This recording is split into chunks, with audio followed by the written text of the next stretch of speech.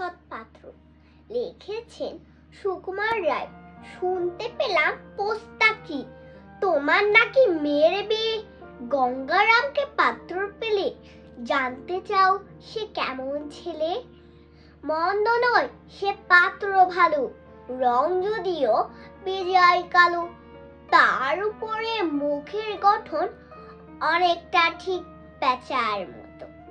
বিদ্যে বুদ্ধি বুঝি মশাই, দুর্নে ছিলেন অধ্যবসায়। 19টি বাঘ মৃত্যে কেশে ঘায়েল হয়ে থামলো হেসে। বিষয় আশয় গরিব বেজায়, কষ্টে সৃষ্টির দিন চলে যায়। মানুষ তো নয় ভাইগুলো তার, একটা পাগল একটা গোয়ার। আরেকটি সে তৈরি ছেলে, জাল করে নোট গেছেন জেলে।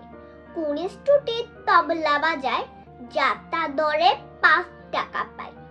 গঙ্গারাম তো কেবল ভোগী, পিলের জরা পাণ্ডুরোগী।